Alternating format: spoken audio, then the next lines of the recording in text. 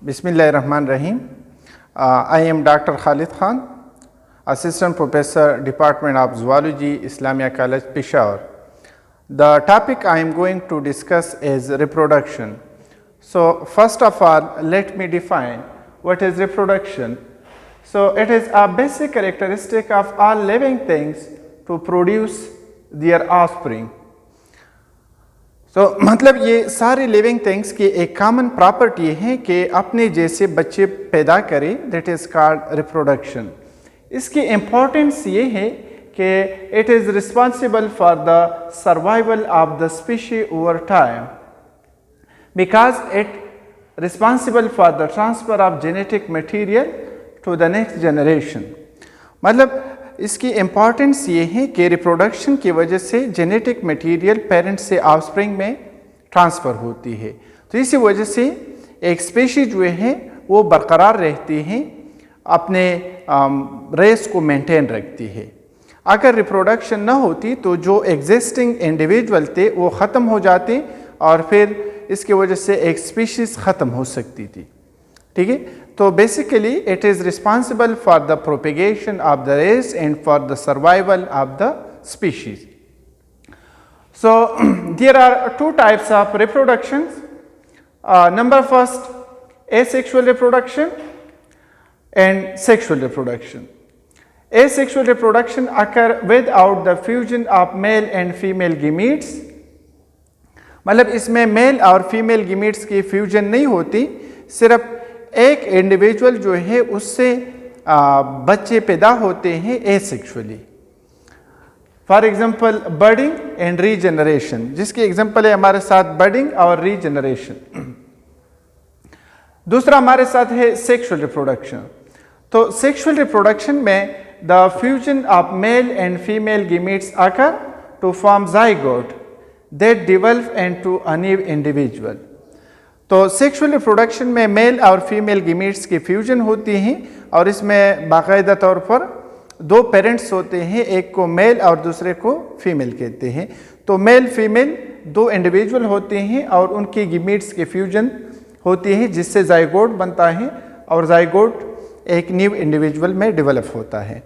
तो sexual reproduction में basically जो इंडिविजुअल बनता है that is genetically derived from both of the parents. इसमें 50% जीन्स जो है या डीएनए जो है जेनेटिक मटेरियल वो मेल पेरेंट्स से आते हैं और 50% comes from the female parent.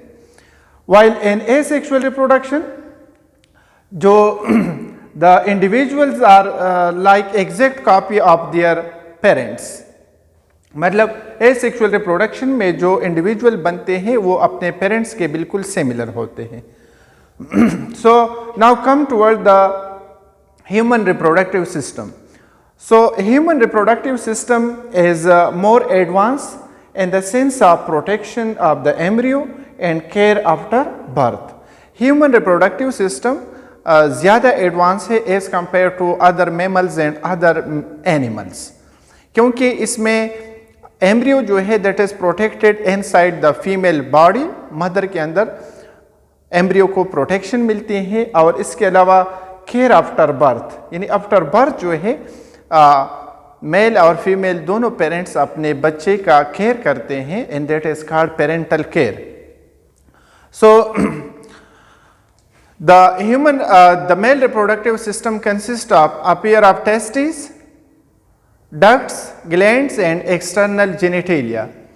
तो मेल रिप्रोडक्टिव सिस्टम में पेयर ऑफ टेस्टिस होते हैं, डक्ट्स होते हैं, ग्लैंड्स होते हैं और external genitalia. So first of all testis. Testis are the male gonads and that is lying in a pouch of the skin that is called scrotum outside the body in the pelvic region. तो testes are two oval shaped organ that lies outside the body in a pouch of the skin that is called scrotum in the pelvic region. So the structure of the testes is like it contains the lobules and seminiferous tubules.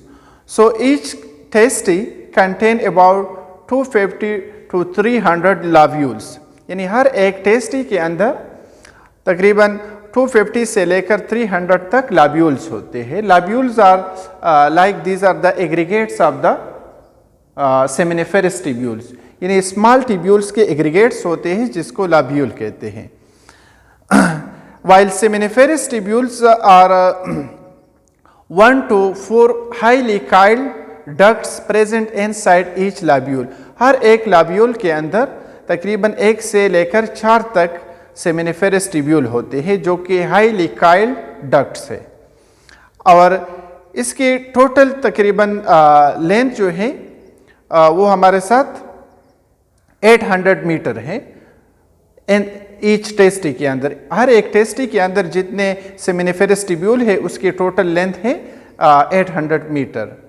और ये तकरीबन number इसके हैं total number 900 पर testes, मतलब हर एक tasty के अंदर तकरीबन 900 सेमिनिफेरस टिब्यूल्स होते हैं.